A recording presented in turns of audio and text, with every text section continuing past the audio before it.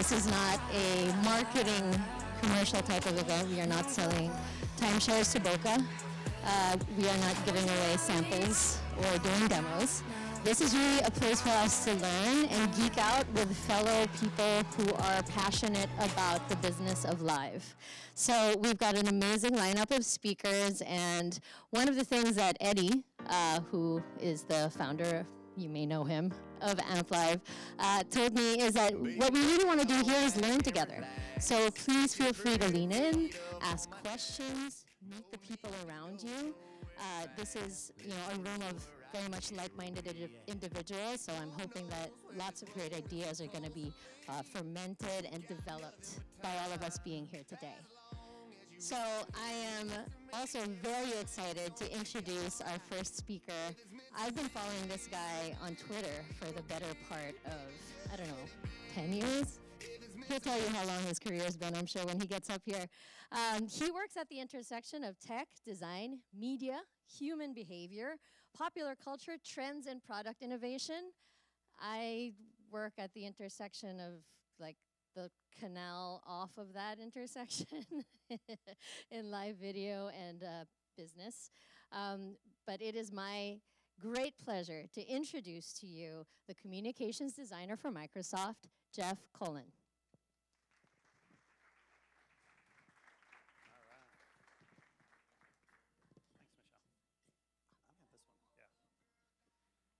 Good morning, everyone.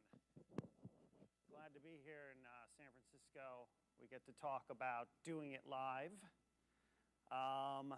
And the interesting thing is where video has come. So this session might actually be a little historical, but that's what's going to make it, I think, a little bit fun. So a long time ago in a mall near you, and I don't want to date myself, but there was this thing called Muzak. Who remembers Muzak? Yeah, also known as elevator music. Now, you're probably like, wait a minute, we're here because of Muzak. We are because George Owen Squire, who created Muzak, what he was really trying to do was figure out how to pipe music into buildings without a radio. And for a long time, at least the last 40, 50 years, we needed this thing called television to watch live programming. So it's interesting to see what's old, what was old is new again in sort of this new era that we're reaching into. I looked up some historical facts, and in 1993, the first band performed live. They were called Severe Tire Damage. They did it at the Xerox building out in Palo Alto. In 1995, the first baseball game, the New York Yankees versus the Seattle Mariners, was streamed on the web. And then in 1996, we had the first ever large-scale concert, which was Adam Yauch's, who was MCA of the Beastie Boys, my favorite Beastie Boy, actually. And that was the Tibetan Freedom Concert. The interesting thing now is when we look at this, we're not surprised by this anymore. We probably watch a lot of bands that are in their own garage that want to basically broadcast live. Most sports are streamed live. We pay for that now on larger packages so that we can watch that on different devices. And almost every concert, Coachella and Ultra Music Festival come to mind, you can watch on YouTube or watch on Facebook Live. So it's sort of this weird world once again.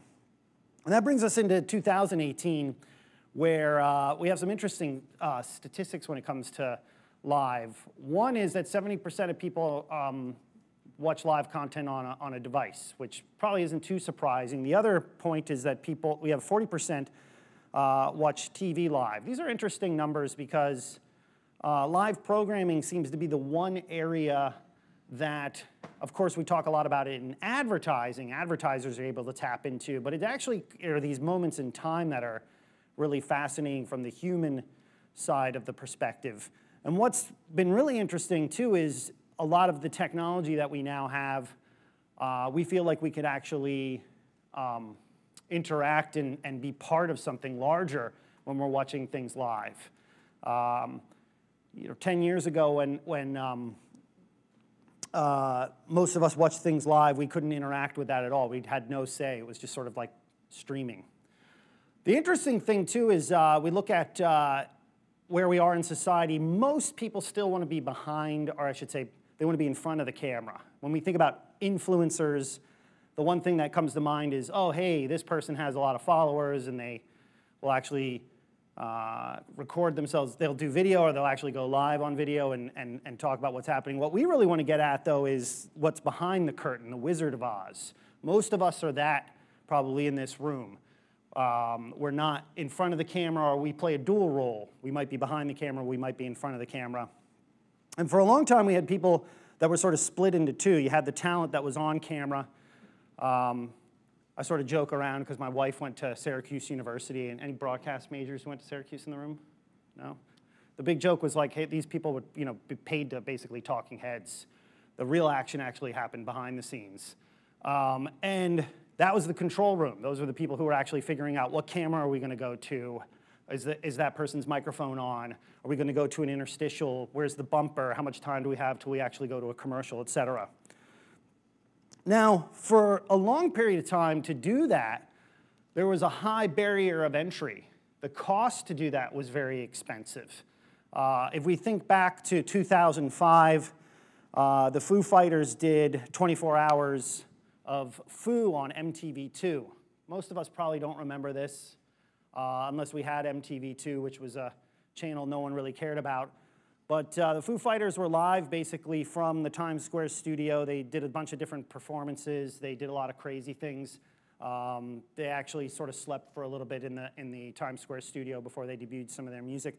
The interesting thing here is the live uplink just to transmit this was $360,000. The full budget for this was $1 million. So back in the day, to do a live event, about a third was just taken away from the technology to actually get it live. If we move forward from 2005 into 2008, we moved more into this convergence area where, this period where things started to change a little bit. We had Ustream, we had Livestream, we had Justin TV.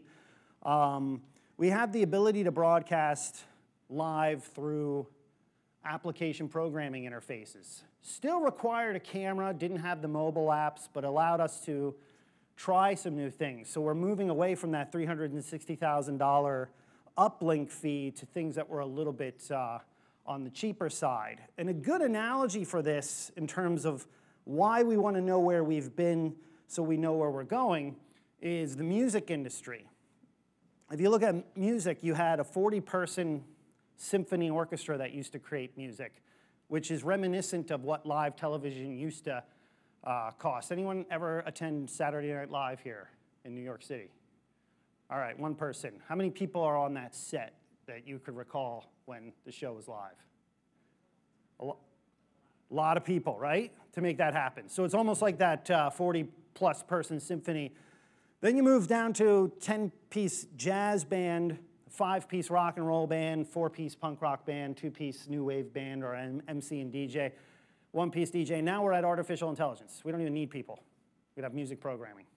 So this is an interesting thing for us to watch, especially when we actually want to figure out where could live video go. This actually gives advantages to both small and large companies, because large companies have a tendency of not wanting to bet a lot of money unless they can get ROI on something, and small companies are willing to do pretty much anything possible to see if they can actually make things happen, but they don't always have the budget for it. So in 2009, the presidential inauguration was streamed on Facebook. I remember watching this in the office. I was working at a small agency at the time. And this was sort of what we call live video 1.0. Required an API, still required Ustream technology. It would be embedded. It wasn't in the news feed, and you had no ability to like or comment. So it was still very static in terms of being able to interact. It was almost like pretty much watching just a live broadcast on your desktop computer or your laptop computer. There was no real mobile streaming at the time. And then we jump ahead to November 2009. If we look at some experimentation, I remember trying to figure out, well, how do you get something on, how do you use Ustream? And so I experimented with a USB HD webcam, which basically got me 68 views at the time. If you think about, where we come now. Like most of our videos that we actually put up, it might be for a few people, get much more than that just because of the population that exists. But at the time, got 68, and it required a webcam. There were no mobile apps yet. So you still had to hook up this webcam that sort of worked through an API that then got itself onto Facebook, and it didn't show up in the news feed, so you had to sort of direct everybody to that destination.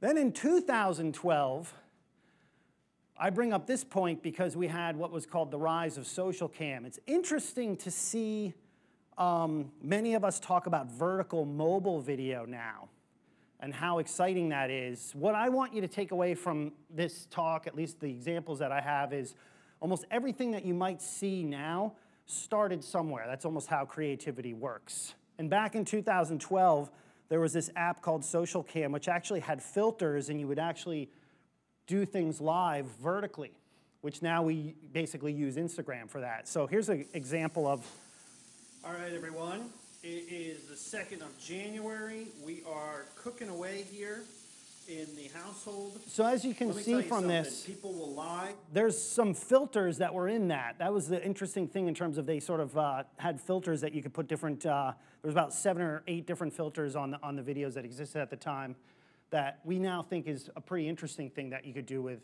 live video. But it all originated somewhere, in this case with a small company called Social Cam. Also in 2012, we had the rise of airtime. This was Sean Parker and Sean Fanning of Napster fame were trying to figure out how to make live video so unique that instead of having like a social profile, you would have your own television channel. Now this bombed. No one really wanted it. It was sort of like chat roulette. But the reason I'm bringing this up is because it really put an emphasis on live instead of likes. If we think about why a like graph exists, when you like things, it's basically back-end data to figure out how to target you with better advertising. What they were really trying to do is connect people based on interests. And the reason why this is interesting is we'll see when we get to the future cast section of this presentation how airtime, which happened in 2012, actually could be what we see in 2019, 2020 in some areas of live video. How many people remember Meerkat? All right. If you say meerkatting, it sounds like marketing, right? Meerkatting. That was meerkatting. So obviously big at South by Southwest. A lot of tech press used it. We don't think anything really different here or this out of the usual. Now most of us will use Periscope when we're on Twitter. But it started basically here and it has continued to pick up momentum in terms of larger influencers and celebrities using it. Then we get to 2016 and Facebook Live. And this sort of jumps us from the 1.0 era to like the 2.0 era of live video. If we think about 1.0, it would have been 2008 till 2016, so 8 years where you didn't really have mobile apps, you didn't have the ability to do things with ease. There was still a large barrier. This actually sort of lowered the barrier, and as we know now, hardware was sort of created to take advantage of this. So around this time, I remember buying my first Padcaster, my first diographer, and trying to figure out, okay, how do we actually use live video? How do we use it with multiple cameras if possible? What software exists out there? How do we do these things without having a large budget? Again, that barrier to entry really being lowered. And this is a picture, of course, of some of the hardware that you could see. And we saw a lot of people building production studios. And what happened at this time for myself was I basically tried to figure out how to build a studio in my office. Like, what tools would I need? And actually, someone's going to talk about that a little bit later today here at SummitLive, which will actually be really interesting. The other thing in 2016 was we saw a lot of new business models launch because of this. So one big one that we saw was Cheddar TV in New York City, which started with one camera on the New York City Stock Exchange, basically streaming live.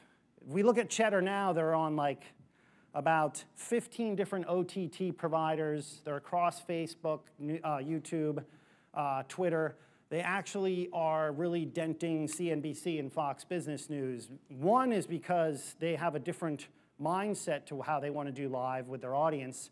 But the second is that they took advantage of technology that the larger players basically have not taken advantage of. Now they're actually launching a second network called Cheddar Big News, which is their forte into trying to take on CNN head-to-head.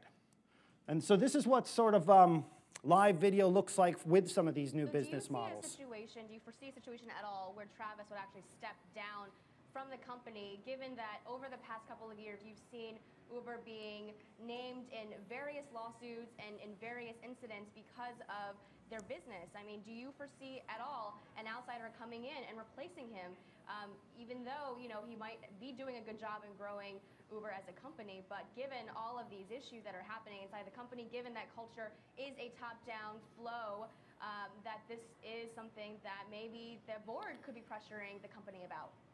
Yeah, it's always hard for... So you have a split screen there. I think what's really interesting is you have overlays, you have a split screen, the ability to play video, things that we all can now do with a variety of different software, but here's basically a company that took advantage of this and have built basically an entire business model off this.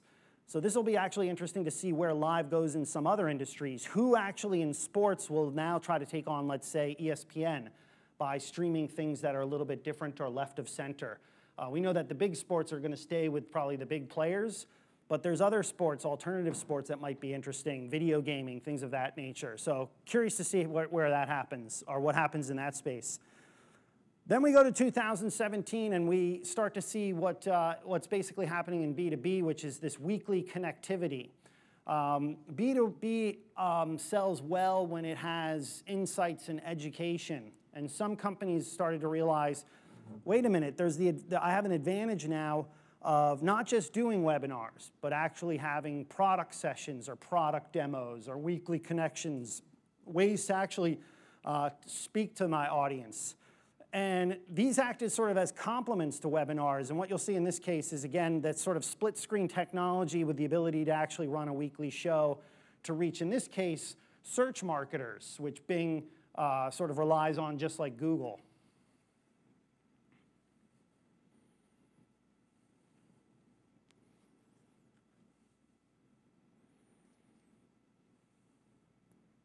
Oops, sorry guys.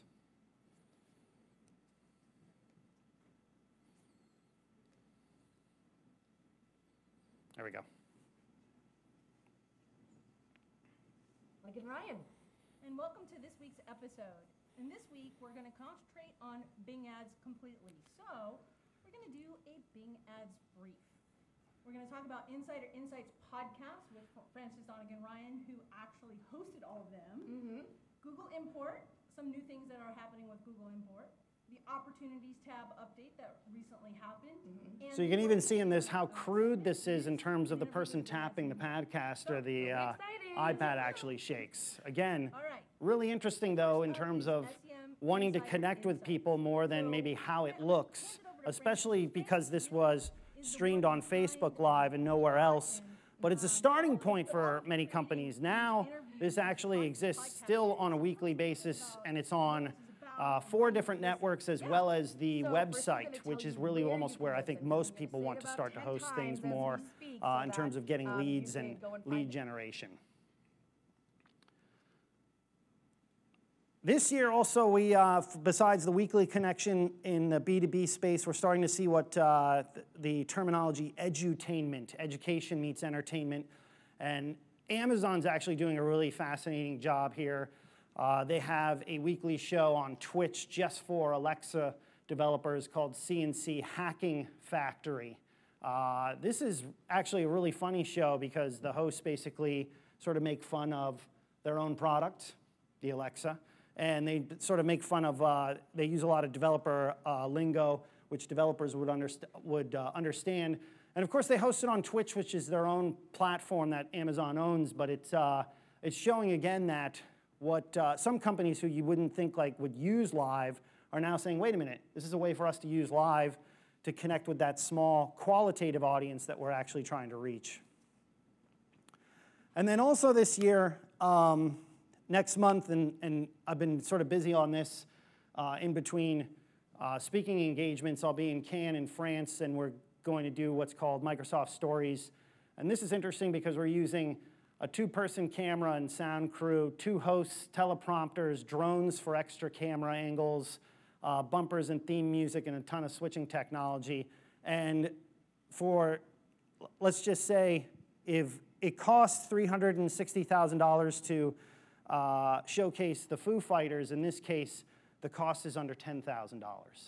So it goes back to that analogy once again of how creative can you be and who can you get to actually be part of this and make things happen. Yes, it's a one-off, but it's a big one-off for the company in terms of being at Cannes for the Festival of Creativity to do something that's a little bit different. And in this case, we're integrating also with LinkedIn, so that we'll be broadcasting not just on Microsoft channels, but also all of LinkedIn's channels to spread more of our reach. All right, so now that you're all bored of the history lesson here, the past is prologue. So let's look a little bit about what we've known from the past 10 years or so to figure out where we might go next with video. And again, anybody who can tell the future is not really telling the full truth. We don't really know what might be on the radar, but these are some areas that we should pay attention to, especially in the next year or two, based on what we've seen happen over the last 10 years. So one is the possible end of webinars. Now, this is interesting because I don't think it's actually the end of webinars. I think it's a mutation. What you're going to actually have is, because webinars are live and live video is live, they're going to sort of figure out how to mutate and do things that work in tandem and work a little bit better. One of the things that I've had issues with webinars is they're set up in a way where you basically have to host the webinar, get a bunch of people signed up for it, get them into a sort of a closed room, and then they have no ability to really ask questions at all. Some companies have tried to figure out better solutions there, but there's no real sort of interaction. So I think some smarter webinar companies are going to figure out, wait a minute, how do we actually make this more live, and how do we actually spread this out so that we get the audience that we want? And I think if lead generation can be embedded into this new type of technology, the solution, this type of sort of mutated or hybrid solution will pick up a lot more steam. So it'd be interesting to see who gets to that space first and how we take advantage of that. This is a big ask, I think, in B2B, where there's still a lot of questions on, hey, what is our ROI on doing webinars? What is our ROI of doing live video? If you could actually turn this into a lead generation machine, I think this is something that most management will say, why are we not doing more of this? Also, GDPR could possibly lead to more video microsites. So we know that the general data protection regulation is unique in the sense that it might be more difficult there, how they're following GDPR. This is actually interesting because microsites were really big 20 years ago, so it's almost cyclical in some respects. Like, hey, do we build a microsite that just hosts live video because we could bypass social media, really rely on sort of our own promotion to get people to an area? We could have a focused topic, we could have quality information, and then the creative design aspect. The one thing I think most of us don't like about using third parties is if you have no creative control. So when like your video shows up in a news feed, it's still on their platform. A microsite takes that away. It actually makes it an event and makes it unique. So this is something that I think will be interesting that most of us in business will want to watch in terms of, how do we actually gravitate toward this? Do we bypass social media because of basically some data regulations? And then, of course, in 2019, we might see more B2B personalities. I think the interesting thing is B2B personalities have always relied on the blog post, which is great. I love writing blog posts. But there's also things that you don't really attach with those people. And most of the time, when you think about who's writing those blog posts, they could be a ghostwriter for all we know. You don't really see that person's personality. And I think this could be a big differentiator where you finally say, hey, B2B personalities and influencers have actually taken over Instagram quite well. How do you actually add in live video so these people actually can take advantage of reaching or connecting with their audience? When I talk to a lot of B2B influencers, this is something they haven't really thought that much of because they would rather continue to host maybe a podcast or continue to blog. But it's the number one way I think that some of the differentiators will actually connect with their audience in unique ways. We've seen it from a few, but not as much as we probably could see in the industry. And then in 2020, and this is a weird one, we could start to see some machine learning figuring out how live video finds real-time audiences. So if we think about how video finds an audience now, most likely you have to be opted in, you have to have subscribed to that channel, you have to have followed that person. You don't reach anyone outside that spectrum. It is possible maybe that AI in some respects could figure out, well, who's the audience that actually would be interested in this and pull them toward that content when you go live. And this is why I brought up Meerkat, because Meerkat was the ability for anyone to go live instantaneous, but it also has audience targeting with that airtime example. Airtime, anyone could pretty much go live. The problem was you had to have followers, but you had your own channel. So could we basically be seeing, at least in the B2B and B2C space, this type of model that's very, very different? So instead of a page where you're basically posting things, you almost have a channel in which you go live and it finds an audience for you based on more psychographics than demographics. Again, just a future cast. We don't know over right here. That's the wonderful thing about studying the past in order to sort of figure out if we can find the future. Just like how George Owen Squire created Muzak, which now we all hear when we walk into a store. Music's piped in, it's programmed for us. And it, again, shows how things have, what's new basically is old again. I'm Jeffrey Colon. I'm author of the book Disruptive Marketing, and I work at Microsoft. Thanks again, everybody. Thank you so much, Jeff. Got a little bit of time for some follow-up questions here, so I'm going to start it off, but if anybody also wants to ask a question, there should be a gentleman or lady in the back with a mic, or I can pass you the mic as well. So Jeff, SummitLive is actually going to be in 3 other locations aside from San Francisco. We're going to be in New York, Las Vegas, and LA. And you mentioned that there is an intersection of B2B and B2C. Do you think that different industries or even geographical locations are having different kinds of conversation about live video? Yeah, I definitely do. I think, in talking to people in Los Angeles, they're now trying to figure out how to possibly use mixed reality in live video. So this is all, of course, on experimentation, but I think the different economies that we have, people are trying to basically do those things. If we look at New York, Cheddar is a good example. That's still considered the media capital of the world, or at least one of the finance capitals of the world. So it made sense why they did what they did. Hey, let's report from the New York Stock Exchange and do business news. So I think geography is still a huge area that plays into context, and we can't look away from that. It's important. Yeah, so it'll be really interesting to see how this conversation kind of evolves as this event goes to those different places.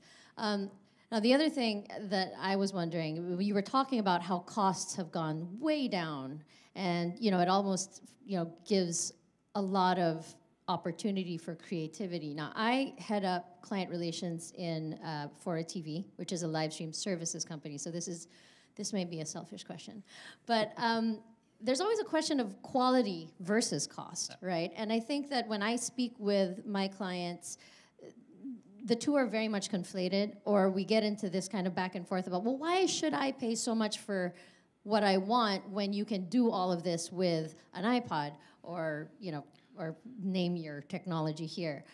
Where do you feel like first of all, are those two things ever going to be reconciled, or is there going to be kind of a scale of quality to cost that people in the live video business need to kind of structure and keep in mind? Yeah. I mean, I still believe in the triangle, the cheap, fast, good model. Like, you can only pick two sides. I think what's happened is there's a lot of cheap, fast content out there, and of course, it's not good. And I think what people are demanding now is high-quality content, and the one thing that actually gets them to sort of not want to watch anything is things that have very bad sound. And of course, also don't have captions. I mean, I'm a big proponent of accessibility. A lot of people don't have captions on any of their live video. I think that's an important part. I think there's some statistic that says people who aren't differently abled still watch with the captions on because you don't have the sound on. And yet we have all these companies that, they think everyone's like them, maybe healthy-bodied, and they're like, oh, we don't need to basically have captions. So captions, I think, is a huge area that brands need to get into. I mean, it's expensive in some respects, but I think the costs will come down there, and it's important. But I do think, high quality, good sound, a high quality picture, people are demanding that now. Like, the 2-minute video of your friend just reporting from somewhere, yeah, we'll watch that. But that's because they're our friend. When it's a third party, I mean, the second the quality's bad, I think people are just like, I don't even know why I signed up to watch this. The examples I gave of us basically experimenting with the Padcaster and the iPad shaking and everything.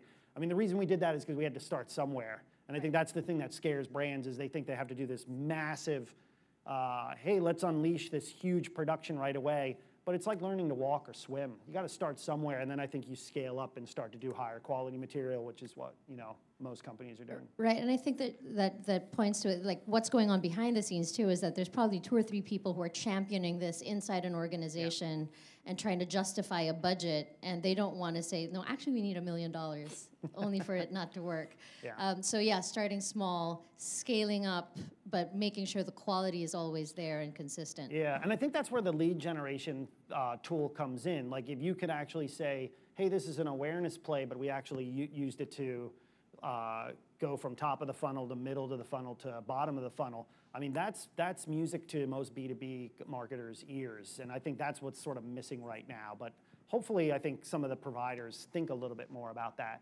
Right now, that's not what we're seeing on social platforms. They're just trying to figure out how to get the most reach rather than figure out how to get the most sort of quality leads. Right, so it's eyeballs more than lead generation. So just a quick question for the people in the room. How many people here are in B2B? Okay, almost everybody. All right, we know how to direct the questions from here on out. Does anybody else have any questions? Mr. Ducker from Brightcove. So we focused the keynote on the publisher side. Yep. I'd love to hear a little bit about the consumer side. I still think live video is kind of hard to watch. I push it every day at work, both internally and externally with our customers. But what do you think are the most important things that consumers are looking for in the future to make live video? You mentioned captions as one, obviously, but what else are consumers, are you hearing from your audiences of how to make this more better and more like VOD? Yeah, I mean, I think one of the things that's interesting is that edutainment example I came up with. They get a lot of, so I'm an Alexa developer, and I tune in weekly to that because it's hilarious, and they have inside jokes about developing on Alexa. I think what we have to get away from is thinking about quantity. Most platforms think quantity because they want eyeballs so they can sell more ads, basically, or get it to like a boosted capability where you have to pay for. What I think they should actually try to figure out is, how can the quality get better? I don't need a million people to watch something. I might only need 100 people, and those are the 100 people that are going to actually help with my business. That might mean that I need to spread my reach far and wide to get those 100 people. But I think that edutainment factor is very important. I mean, I would love to see a company do like a variety show, like a B2B variety show. Think of things outside the box. I know LinkedIn did like a sit-down dinner with some of like the top sort of marketing minds, and it was hilarious because these are people that actually are very popular with business audiences, but there they are at like a fine dining restaurant, and they're talking about all the assets. So it gave it a different angle, because instead of just people sitting in front talking, which is so boring, as you know, you're like, wait a minute, where are they? Oh, they're at one of the fine restaurants in San Francisco, and they're actually having, and it was shot really well. The angles were good, the lighting was good, the sound was good, and you could tell that they were like, we're going to talk about these like 4 themes, and they kept it about, it's probably about 50 minutes, which is like a perfect time to get audience. At the same time, if you wanted to watch that video on demand, you could fast forward if you wanted to. But I thought it was, I think that's what's missing right now, is that element of how do you take from sort of the live world that we saw in television, the variety shows, the late night TV shows, and turn that into something that's interesting on B2B. Not so it becomes an infomercial. That's what I'm a little fear. That's what I fear is going to happen. But, you know. Yeah, and maybe not so much karaoke in the car. That's been done. Let's not do that anymore. So we're heading into our break right now. We've got a great panel coming up. I know that there are still some questions, but Jeff's going to be here for at least another panel, correct? Yeah. Jeff?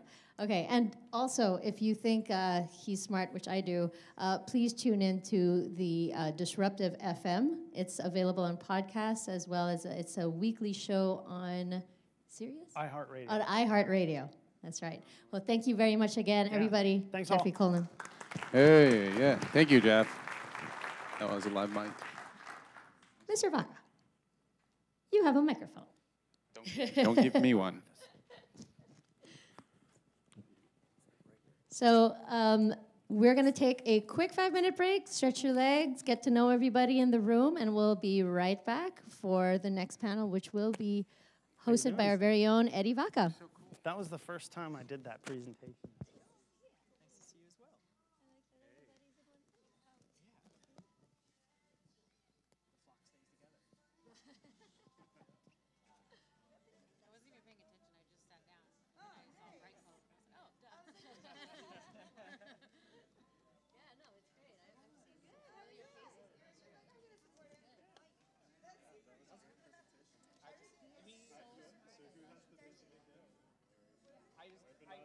I thought this was funny.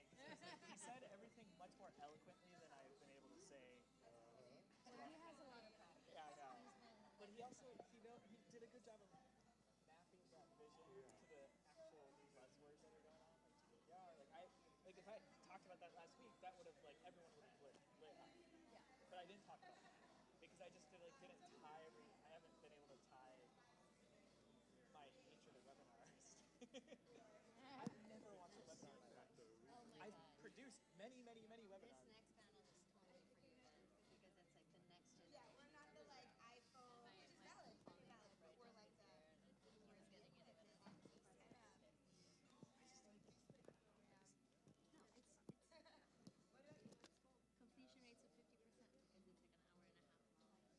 half long. PowerPoint. 50 slides, and all of them have charts.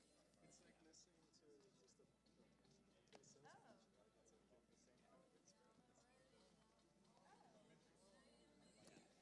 So we're working on it. I'm trying to push the team to think. I think it was Kate.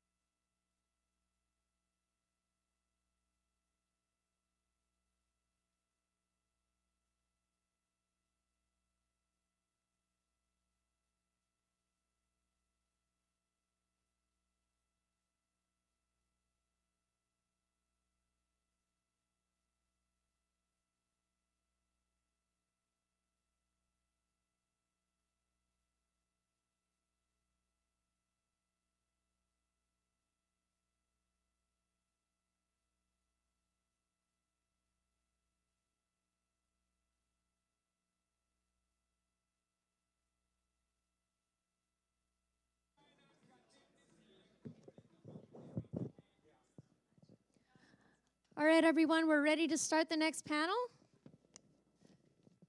If you want to take your seats, I will do the introductions. All right, just out of curiosity, how many people here are currently using the SummitLive Pixel?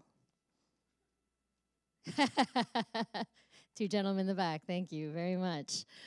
Well, so SummitLive, as you know, took over SummitLive, and they are taking this to the next level. Like I said, this is the first of 4 events that are happening all around the country, maybe 5 because Eddie is crazy, but crazy good, crazy like a fox. And obviously, he is the next moderator for this panel. One thing that I have learned about Eddie, which I really, really love, is the fact that his very first job was as a trainer for UPS. He was a training supervisor, the first person ever to be promoted to supervisor at the age of 17.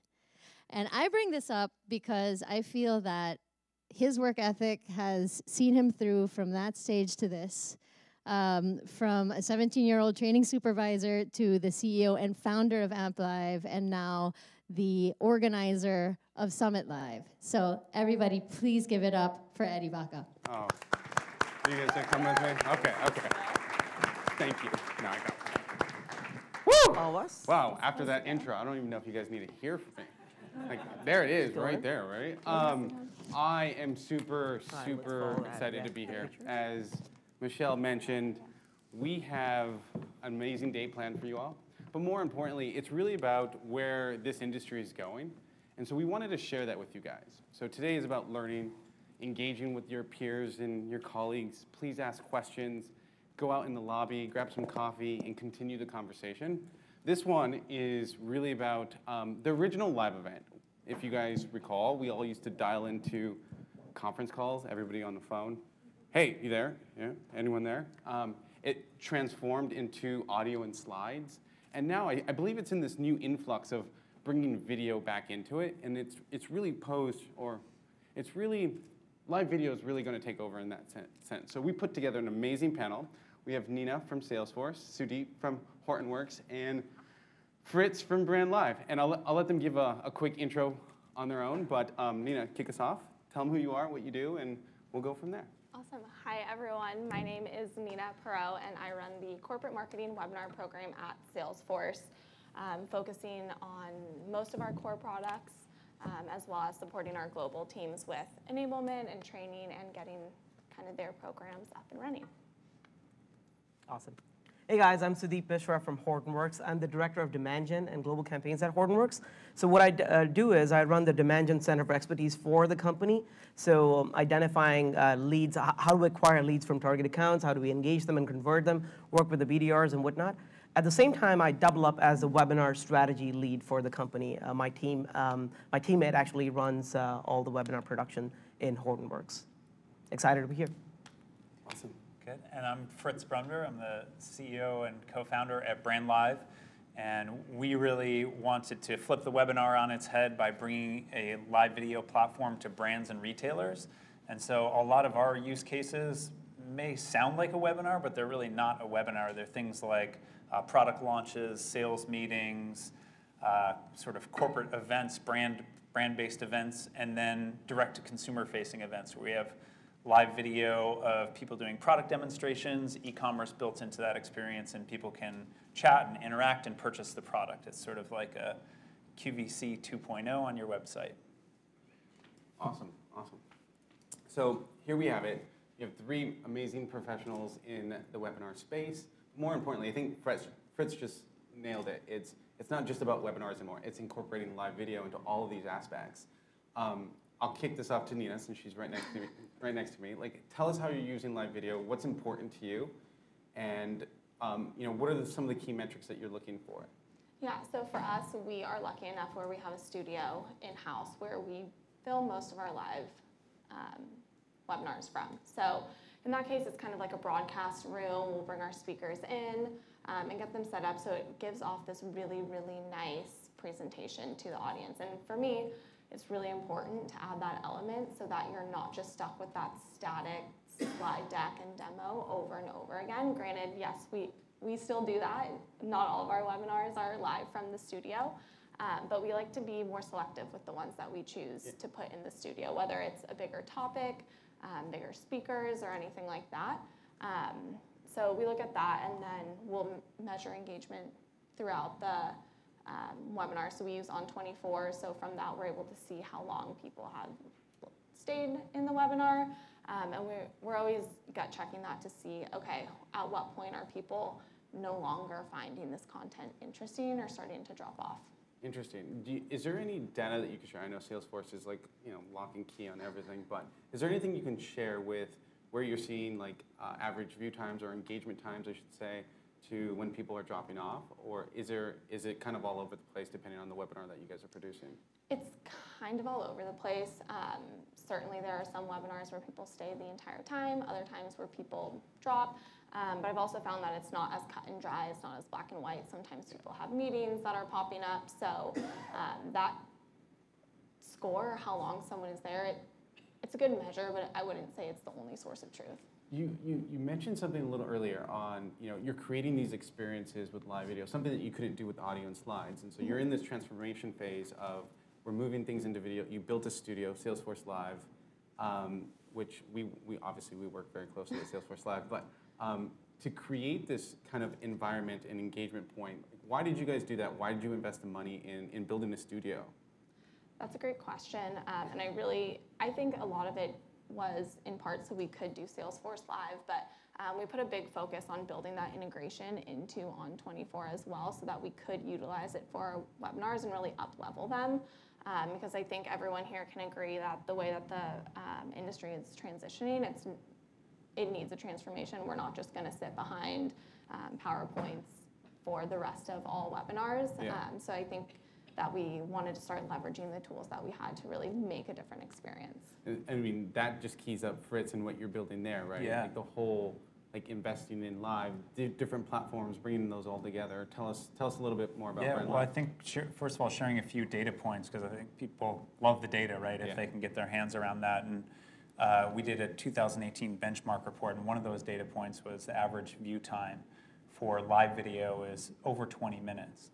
And I think to a lot of Jeff's comments earlier, it has to do with that interactivity. If you can get your audience to really engage, add a little bit of a social layer to it, and video plays so much better in social. So if you can take advantage of the social layer plus the on your website and branded experience and make it more a video-based experience, that's what's going to drive that average view time up. Sudeep, I mean, you run global demand gen for one of the most probably prominent B2B companies here in the Bay Area. Are you looking at average view time as a key metric when you're doing demand gen? Is it something that you look at and pay a lot of attention to, or are you still looking at form completes as like, hey, we did our job? That's a great question. So to put things in context, Hortonworks is a B2B tech company, like you mentioned. It's a global data management company. First, the B2C people might be a little boring, but then this is cutting edge, and we are hitting our revenue targets and whatnot, so growing at a phenomenal pace. But at the same time, it gives us growing pains, so we have to look at different metrics, like you mentioned. Average view time is a fancy metric. We definitely take a look at it. Like Nina was mentioning, it depends on the type of webinar that we're running. Sometimes a thought leadership webinar might have a better view time than a demo webinar, but you'd be surprised a demo webinar would make a killing the next time. So that's a metric I look at but not pay a lot of attention to. However, I look at other metrics such as attributed revenue and things at the bottom of the funnel too. How are you measuring that? So attribution is a big deal. Like attribution, everyone talks about attribution. I've never known anyone to do it right. How are you guys, and that's just, I mean, you're obviously nailing that. Yeah, I'm it's just very like, challenging. It's challenging. It's a challenge in the industry itself, attribution. How are you guys getting that far down? What tools are you using, one, and then two, how do you get down to that level and say, hey, this person watched this webinar, did this, and then bought this? I'm essentially, that's your attribution right. model. Mm-hmm. So we measure everything. That's number one. So let's start with the tech stack. So we use Marketo as the marketing automation platform. We use a company called Salesforce for sales automation. Do we know that? Is anyone from Salesforce here? And our website basically is WordPress. Our landing pages and forms are all Marketo. So when someone fills up the form, we use Discover.org to enrich the data if there's a missing data pieces and if that needs some tweaking and whatnot. And then our lead scoring is also done on Marketo. But at the lead scoring level, we also look at people's demographic, which is driven by Mintigo, which looks at our ideal customer profile and all that. There's a big marketing tech stack that we have. But to your point on how do we measure every touch and attribute really to the webinars, we create different programs in Marketo for every single webinar. And those programs get synced to Salesforce on, on a one-on-one basis. And every time we create a program, we associate a cost to it. Sometimes the webinars would be zero cost because it's purely operational. We have speakers in-house and whatnot. But sometimes we have a third-party speaker or we use a different channel to get our webinars. With those things, we have a specific associated cost. What we use is a tool called BrightFunnel, which gets data from Salesforce and looks at our historical data points and identifies what programs typically have helped in converting to revenue and what personas have helped in converting to revenue. And based on that, they do a fuzzy logic and identify every touch in marketing is attributed a specific dollar amount. So you can look at pipeline metrics, you could look at revenue metrics and all that. You can absolutely know what is an ROI of a particular webinar. And those ROI numbers would vary, of course, since our buying cycle is pretty long. Someone just, and this goes to anyone starting off on creating their first live event, their first webinar. I'm new to the space, I want to do my webinar. What's the first thing that they measure? Nina, you answer first. As a first timer coming into it, what's the first thing that you would recommend them measuring? From my own experience, from when I started webinars, I think the first thing that I looked at was how many people we got registered, because that is essentially the first metric that you see in terms of performance. You have your registration number, and then you see your attendance number, and you can say, okay, that one, at least from an attendance registration perspective, performed really well.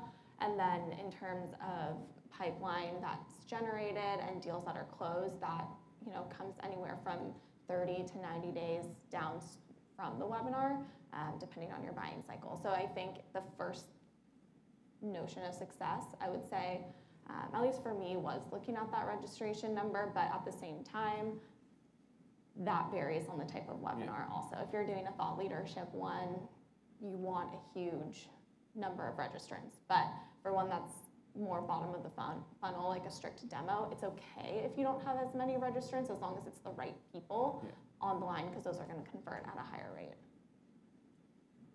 What about you, Sudeep? What's the first thing you measure? Absolutely, you nailed it. I mean, the first time you set up a webinar program, you'd look at the number of registrations, and then the number of attendees, and number of on-demand attendees going forward. Those are the first metrics that you would obviously measure.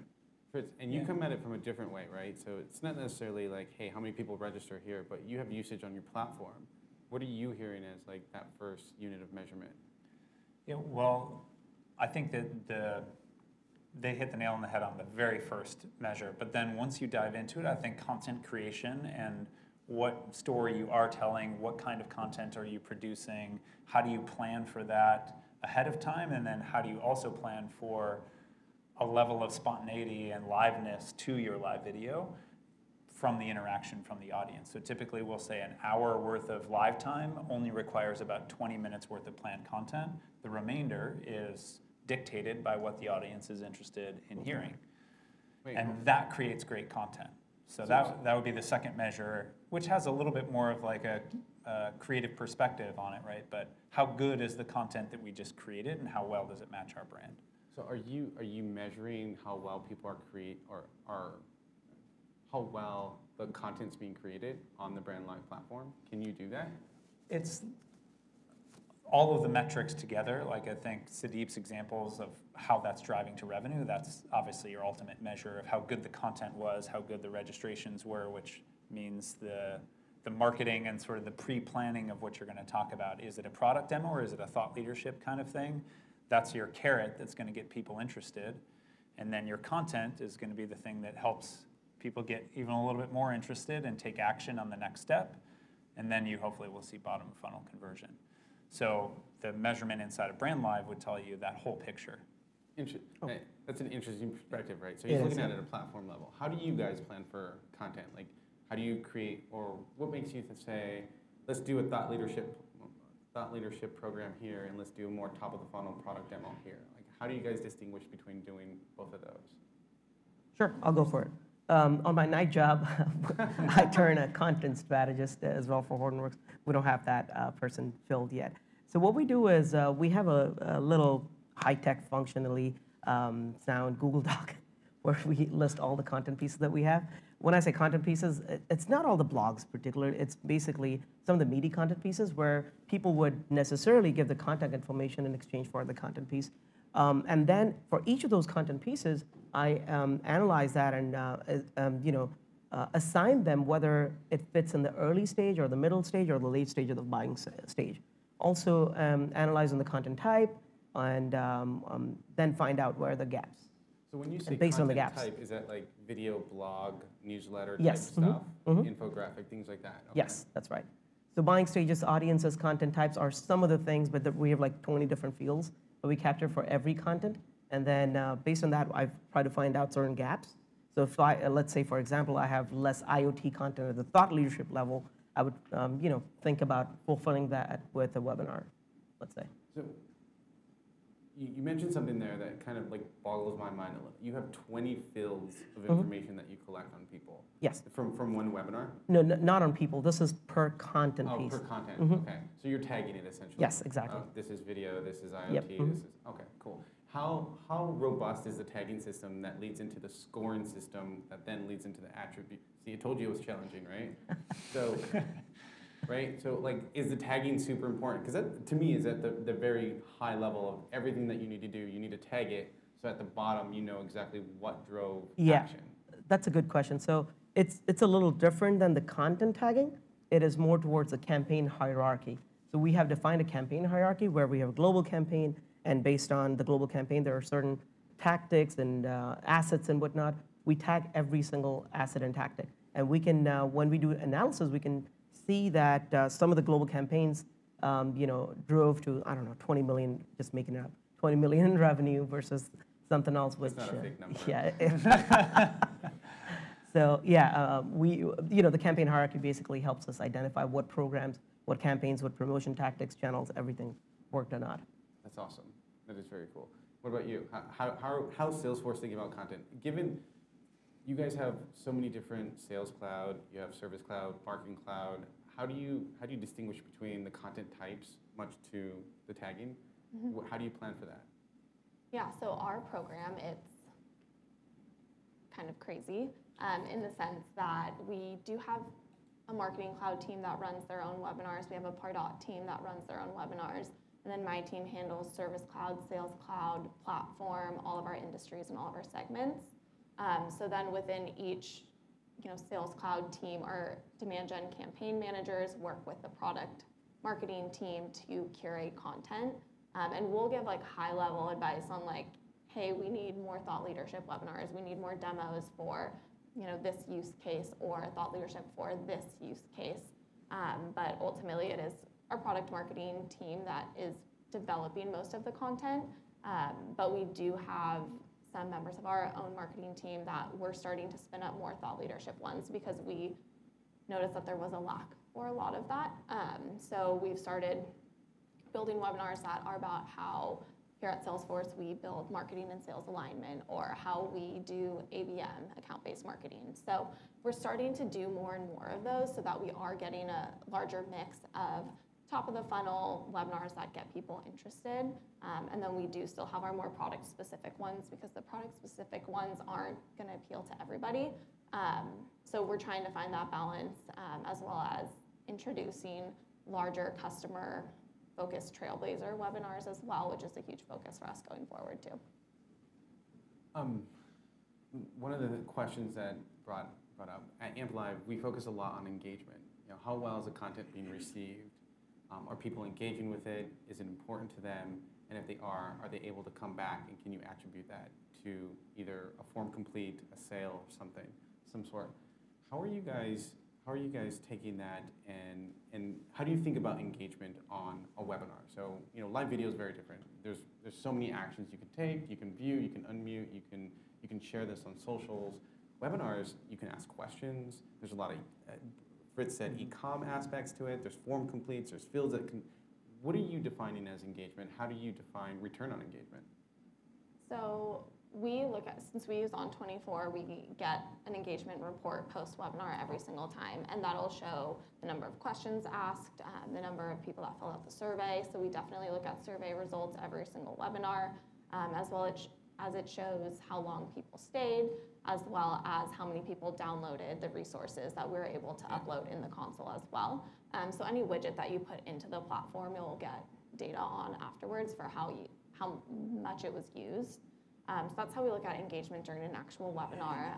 And then for actual attribution of the webinar, we use Einstein Analytics, which helps us determine how much pipeline was generated off of each webinar, as well as how much of that pipeline actually closed.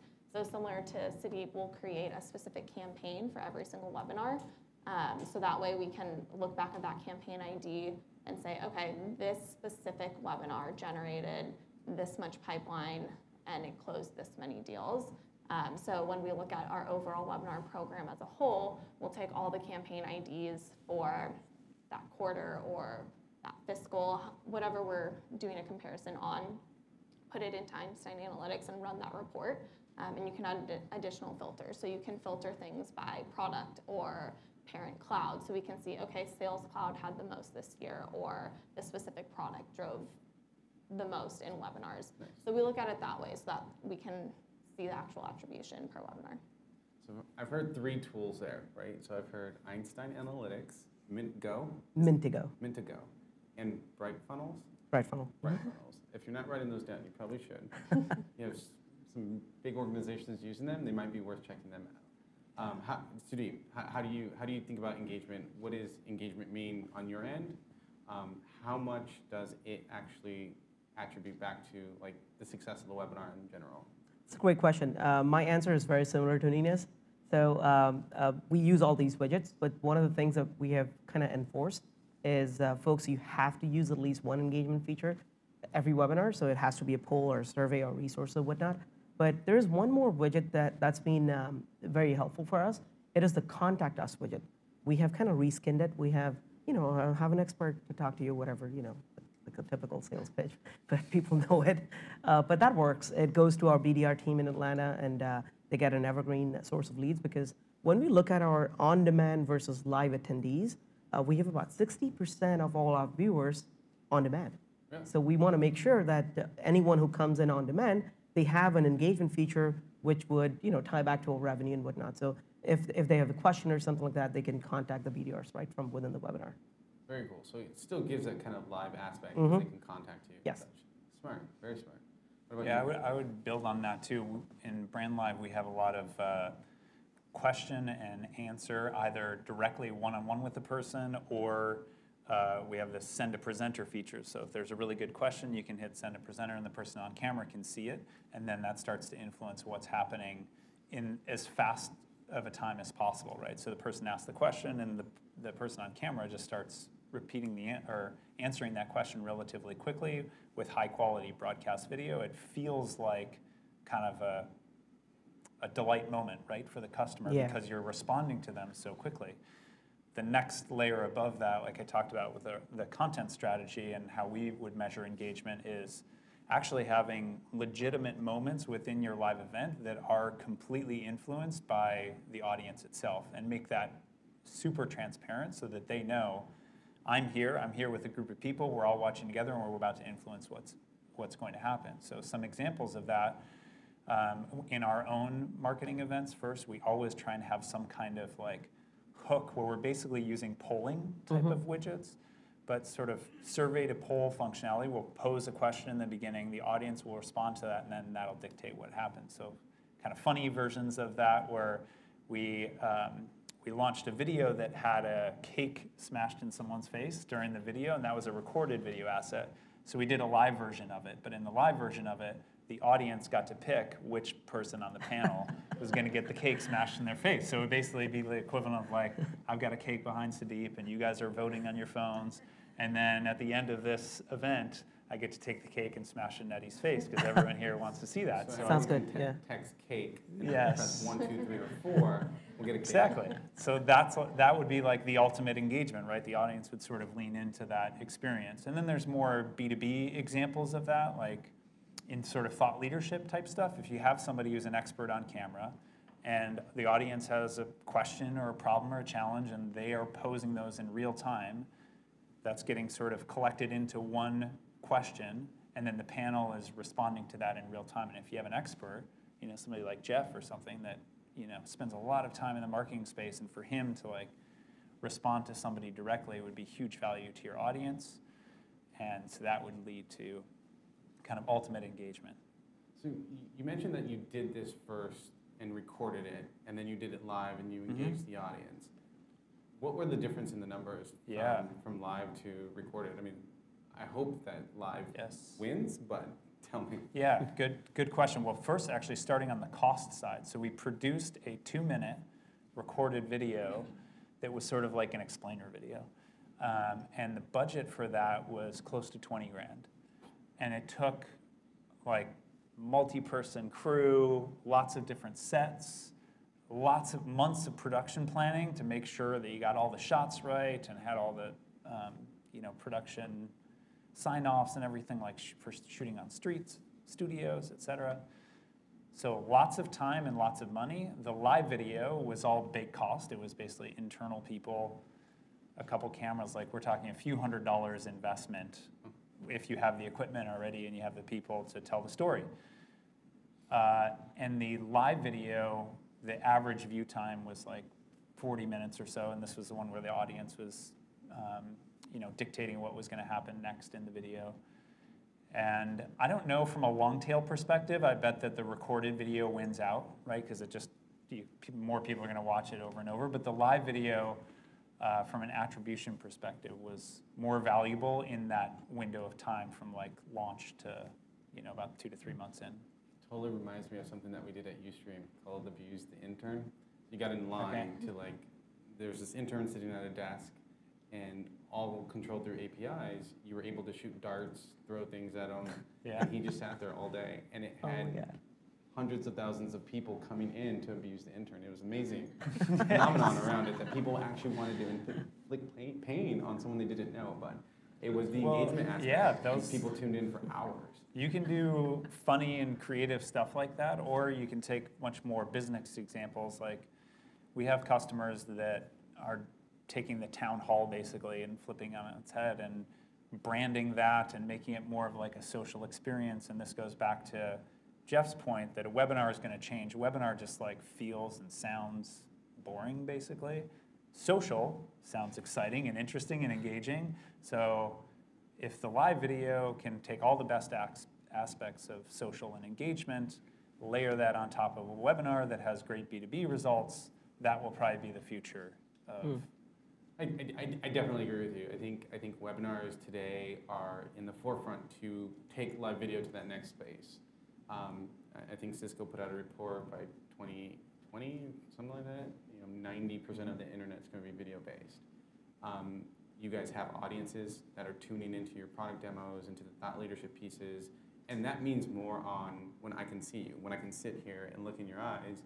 And you can look out there and say, hey, we can actually have a real conversation. It means something more. And I think webinars, I'm a big believer in this, that's why I'm sitting here, but is that it's going to lead that front. It's going to lead the race and the charge into what live video is going to be next in the B2B space. That's fantastic on the engagement all the way around. What about continuing the conversation on live versus not live, or what about semi-live? Have you guys seen anything? I know a lot of webinars are recorded as live, pushed out for the very first time, especially with thought leaderships. Everyone gets stage fright. And they're like, no, we cannot do that. But have you guys seen anything in the difference between engagement, attendance rate drop-offs, database fatigues? What are you guys seeing with semi-live live on the webinar side? I think for us, we promote our SummitLive as live webinars. I don't dislike SummitLive. I personally prefer live webinars, but certainly there are times where you need to do a SummitLive one, whether it's speaker availability or anything like that. But I do think that there is more value in doing a live webinar if you can. It's more human, it's more natural. You know, it makes for a more engaging conversation. I can think we had 2 webinars last week which had different instances. One, a speaker at the very beginning was like, someone's about to come into my room, I'll be right back, had to go ask the people to leave, and she came back and made a joke like, see, I'm not a robot, or something like that. And so it just adds that human element to the webinar where you're not just sitting there listening to something pre-recorded, taking time out of your day to sit there and watch something that those people didn't necessarily take the time out of their day to do live for you is kind of how I view it. And we had another webinar last week too that was more of a Q&A with a customer of ours, and there was a moment that he really lit up because there was a question that was asked that wasn't one that necessarily was pre-planned, and you could just tell in that moment he got so passionate about his story, and it completely changed the rest of the webinar. He was so engaged, and it really, really made a difference as opposed to just sitting there having just kind of some scripted questions, just sticking straight to that and pre-recording it. So off the top of my head, those 2, at least for me, made a huge difference in the fact that they were live. Very cool. Agree 100%. That makes sense totally. What Nina just said, you know, I think it's the same thing for me as well. The only thing that tilts the scales a little bit on the SummitLive favor is the availability of the speakers. Sometimes when we have C-level speaking and they have crazy schedules, obviously, you know, scheduling them and getting them in a live event, forget it, it's not happening. So for those kind of events, SummitLive is the way to go. But rest of the events, the natural aspect, I think that trumps everything else. So I would prefer live over SummitLive. Speaking of engagement and such, who, just by a show of hands, will poll the audience. It's a new widget called Amp Live. Who has attended a webinar in the last month? Keep your hands up if it was live. If it was video and live. See where I'm going with this? We have an opportunity here as an industry to really take this forward, and we're up here on the stage, like saying like, hey, this is where it's going, and it is. We're out every day talking to professionals, B2B marketers, and they're trying to get into this. And what you have on the stage is 3 really great professionals that have cracked that nut and are going forward with it and saying, hey, this is how we're doing it. And it's baby steps, and it will continue to be baby steps, but I encourage you all to continue to push out more live as you can. Obviously live, well, Summit Live, but keep doing that. Something to add to that, it's just a technology thing really, but it's a major game changer in how you play recorded video in a webinar. If you're doing that in like the traditional webinar format, like GoToMeeting or something like that, the video just doesn't play very well. So it's hard to fake it as if it's live or even naturally incorporate it into the content. Whereas if you're doing live video and you're switching between recorded video, slides, lower thirds, etc., the recorded video looks much more seamlessly incorporated into live video. Just like when you're watching TV, they always cut to like, oh, here, now we're gonna go to this recorded thing that was obviously shot 2 hours ago or a month ago or whatever, but then they come back live and they talk about it. It's just a much more natural flow of the content when it's live video versus a traditional webinar format. So we're talking about highly produced like content at that point, right? Where you're creating these storyboards, you're going live and saying, okay, at this point we're gonna cut to here. How much of that are you guys actually doing? And then how much do you see on the platform of people doing? Are you guys, I mean, first of all, how many webinars are you guys running per year? I think last year we did 146. 146? Just on About 100. 100, 14600. So how do you guys plan for that many? It's a lot of webinars. How do you plan for that? And how do you do it? So we run our webinars Tuesday through Thursday, and we'll do 2 a day or have availability to do 2 a day. So at 9 a.m. and 11 a.m. So we have this big calendar that anyone in the company can view, but normally we have either product marketers or campaign managers scheduling out dates in advance. So I think right now our calendar is booked all the way through the end of September, maybe, just with holds of people saying, hey, I want to do a webinar on this date.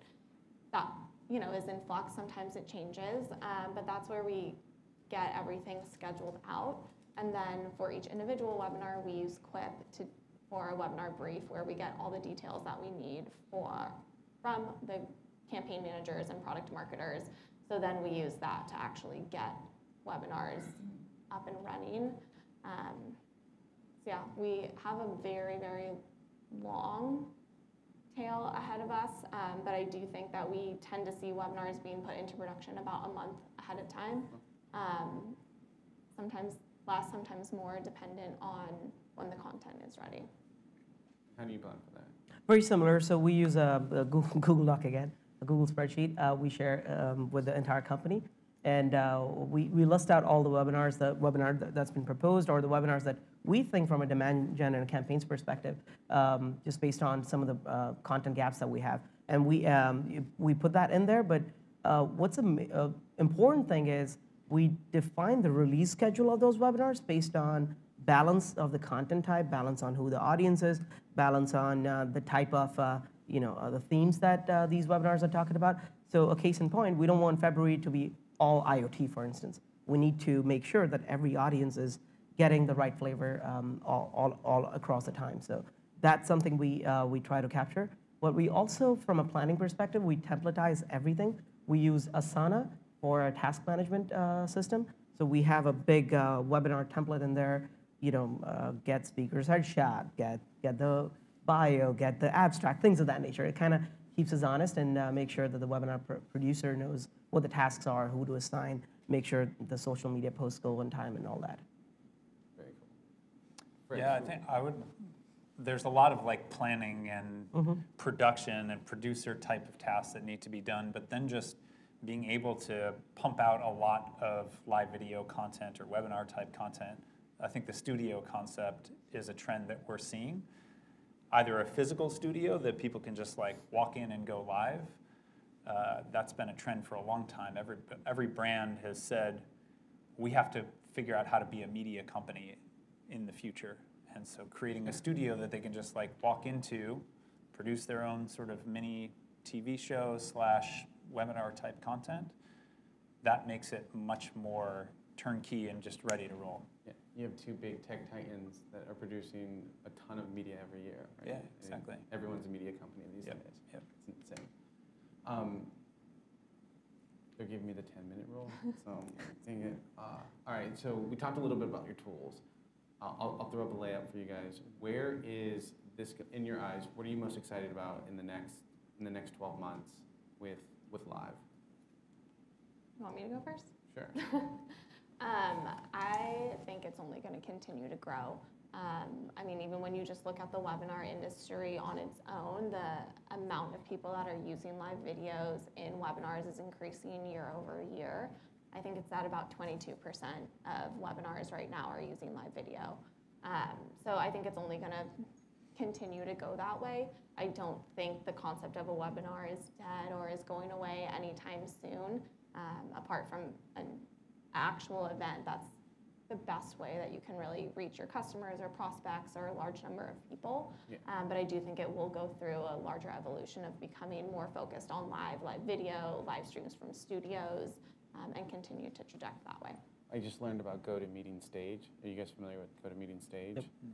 GoToMeeting Stage is this new platform GoToMeeting's using for all their webinars. So they're moving away from like our teleconference kind of stuff and created a platform so marketers can go upload their webinars, distribute them out, network, and then also capture leads. I think it was genius on their end, but they are now moving into live. So they're going to allow you to distribute live webinars from GoToStage. If you guys check it out, I think it's super interesting. Where do you think it's going? So yeah, live is here to stay and grow, of course. We have recently started the webcam panels and whatnot, so where we have, it's a CNN style discussion. So we have 3 people. They have their own webcams. They can be remote or whatever. They can be on a studio. We don't have a studio, but we have a green stage somewhere, so that kind of works. We have a light, so that kind of works. But anyway, so my point is that those kind of videos have been doing really well. We just started it this year, and I think there's a big opportunity right there. So our webinar producer, she got trained as well, and she's going to run it on the fly herself. Awesome. Yeah, so that's definitely here. One thing though, is people often mistake that live video, you cannot share your screen or whatnot. You can, you can You can do your video, share your screen, come back and share your picture, whatever. So actually, nothing is lost. Yeah. You still have your boring slides if you want on the live video. So Very cool. Yeah, and for us, we still feel like there's a tremendous opportunity to improve the viewing experience. What is the person actually looking at when they're watching the content? So we've talked a ton about how do we produce better content, how do we market to them, but what does it actually look like, and how easy is it, and quick is it for them to get in? Is there a download? What's the registration gate look like? All that kind of stuff has a huge area for improvement, so we'll continue to focus a lot on that. And then production, I think, is another area that is still a little bit intimidating. For the most part, the studios that we're talking about have cameras, microphones, switchers. Like, it's a decently complex setup, and so trying to streamline and simplify that, I think there's a huge opportunity for improvement. And then there's always room for a bigger audience. So just, better marketing, better promotion, and better attribution. Last question. Favorite tool? One word answer. Favorite tool? Well, I have to say BrandLive, unfortunately. That's it Fair easy. enough. Yeah. Sudeep, favorite tool? Bright funnel. Bright funnel? For me, it would be Einstein Analytics. I like the data, and that gives me what I need. If anything, I think the data tells us the story, right? How well we're engaging, how well we're attributing and converting. Data is everything. It is for us at AmpLive. We look at a ton of it. Our team is focused on it for optimizations, better targeting capabilities, what key metrics we should be looking at, and how we siphon that up to the top. So very cool. We're getting kicked off stage, but if anyone has any questions, anyone? Right here? I can talk loud. I would love just your 2-second perspective on the term webinar versus the term webcast versus the term live stream. I see some of these things kind of all going all over the place and blurring lines between those platforms. How do you see it? I wish we could come up with a new term, because we've talked about that a ton. Everybody still knows either webcast or webinar. That's the most familiar thing that people are hearing. Yeah. But maybe there's something new. Crazy stuff. Live video means too many things, I think, and so it can be confusing. Because there's like live streaming, which is like linear live. There's all kinds of different live. But I agree with you. I think a new terminology that says, hey, this is what we do as an industry is much needed. Definitely. Great question. What about you? I'd agree. Simple. Yeah. You can call it a BrandLive if you want. Yeah. Whatever. Anyone else? Any questions over here? Do you think webinar platforms limit your reach and creativity to produce content? Traditional webinar platforms. So like an On24, GoToMeeting, a Zoom, something like that? I think, so using On24, we definitely have more ability to do that as opposed to GoToWebinar or GoToMeeting or anything of that nature. It does give you the ability to build your own console where you can infuse your own brand into it, add speaker photos, survey polls, resources, a whole bunch of different widgets that you can add. And then it has the ability to go live with a video camera, just do slides, do a demo. So it has all of those capabilities. So at least for us, I don't think that it does limit us. Since we are also able to live stream our studio right into the platform, it has a lot of integration abilities too that can help create that experience that you're looking for. We use On24 as well, and the reason we moved from a different competing platform to On24 was one of the primary reasons. It's got a lot of flexibility, if you will. But again, from a creativity perspective, you can treat those platforms as guardrails. That kind of helps you not to mess up your events a little bit. So yeah, we've talked about this first. We've talked about this in the past, where these were audio-first platforms as opposed to being video-first platforms now. And I think there's this new age of platforms that are coming out that are video-first. You have any comments there? Yeah, I think just answering your comment specifically, I think producing something that's creative is less about the technology and more just about the process that you deploy. But yes, like traditional older school technology platforms don't give you as much built-in creative freedom. So But first, don't worry about the technology so much. Worry about finding a way to be creative. Then make sure that you have the right platform to enable that. And there should be discussion on platforms later. I think we'll get into that. But someone famous, not famous, but smart, told me one day was build your content first and figure out the distribution for it later. So think about what you want to create and then find the audience for it. So I always think about that in my own work. But yeah, and with that, thank you guys very much. Thank you, Nina, Sudeep, and Fritz. They're around pretty much for a while. They all have jobs too. They don't professionally speak, but if you guys have any questions, want to come up to them after, please ask them questions, engage with them. Also, you can find them on different socials, and I think they all have email addresses too. So thanks again. Thanks, Eddie. Thank you. Thanks, guys. Thank you so much, Eddie. Thank you, Fritz, Sudeep, and Nina. And all right, guys, we're going to be switching gears now. So from just kind of hearing about the future, getting a good theoretical grasp of what was and what's coming up, we're going to get a little more practical. So right behind you, we've got a very handsome gentleman setting up a little studio. And his name is Victor Dubrovin. I hope I didn't massacre your name. Good, all right. And he's going to show you how to build a live streaming studio the easy way. So for those of us who do not have a Salesforce budget, I wish I did, or who just want to see, where to start with and how easy it can be, please direct your attention that way. It's a very quick 15 minutes, and of course, there's time for questions.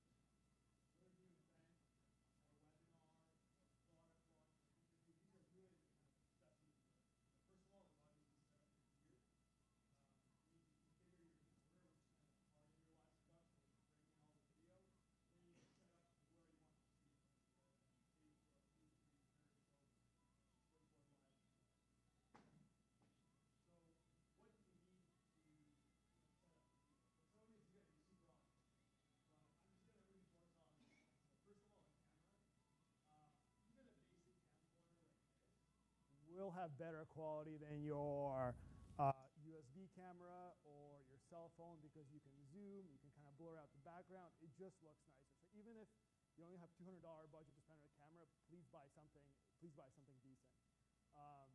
You also need lights. So we've got some lights back there, and really it makes all the difference. I recommend using 3 lights for any live stream or event you do. So just point 3 lights at a person, no more shadows, they look crystal clear, and it really transforms the quality of the video coming in. You also need audio. And if you're doing some sort of basic event with speakers, I really recommend these Sennheiser lav mics. They're really, really good. They're kind of the industry standard when it comes to live events and streaming. So they're about $500, but they're worth the investment, like 100%, right? Because if your audio is not clear, you're going to lose viewers right away. And of course, power and internet, it's like, you know, air and water. You need that for any sort of live event, live stream. And finally, your encoder, which is the device that brings everything in. So we're gonna start connecting things up. Does somebody have a timer on them so we can time how long it takes us to go from kind of 0, hook everything up, and then go live? You ready? Okay. Okay, let's go. Okay, let me know when you're ready.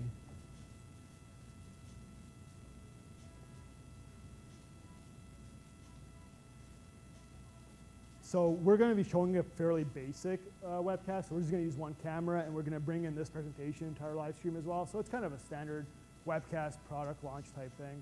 You ready? Okay, let's roll it. Okay, so let's begin. Let's connect the camera.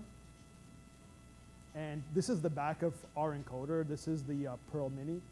And basically what it allows you to do is it allows you to bring in multiple audio video sources, you know, take them all in, mix them in different ways, create different picture-in-picture layouts so it looks really nice, really professional, to really reinforce your brand image, and then stream that out to the platform of your choice. So we have the power and Ethernet. They're already plugged in ahead of time. We're plugging in our cameras. We need our audio. So we do have 2 XLR audio inputs at the back. So XLR is kind of the professional audio standard.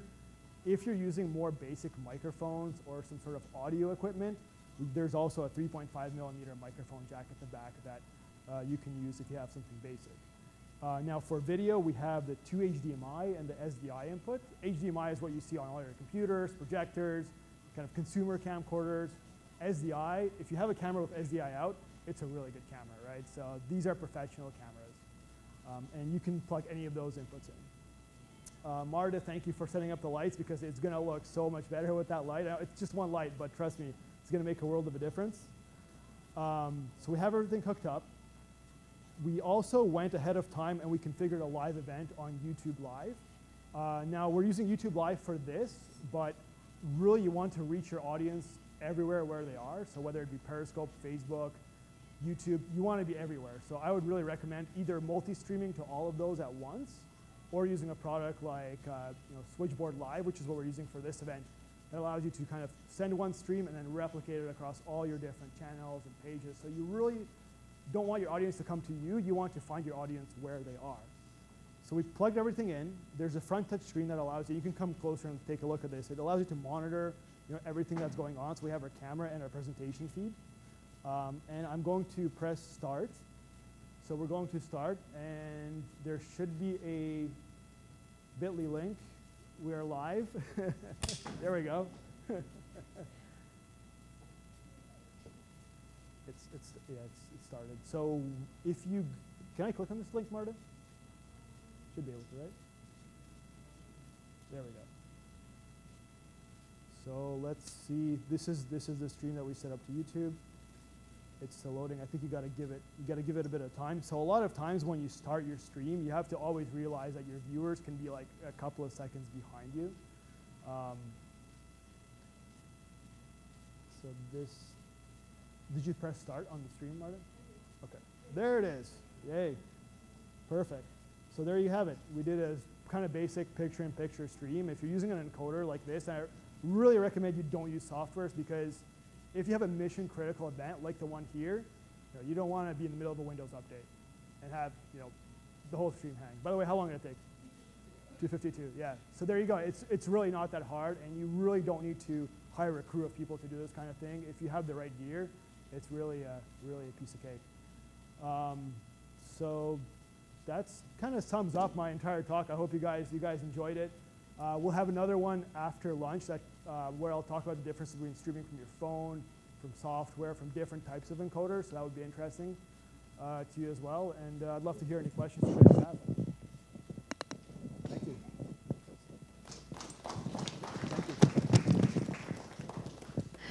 All right, everyone. Victor is going to be around. Like he said, after lunch is going to be another great workshop. So thanks so much, Victor, and the rest of the crew from Epiphan Video. We're going to break for lunch now. So please feel free to enjoy. It's right out the door, if I'm not mistaken, and to the left. Don't forget to network, chat it up, talk about what you've learned today, and we'll see you back here at 1:30. Or sorry, 1 o'clock.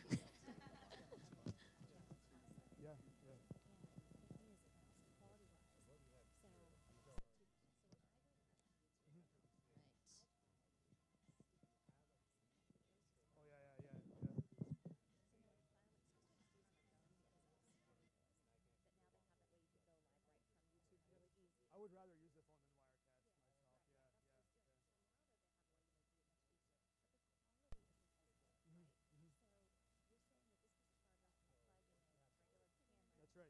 And yeah, even if you have like a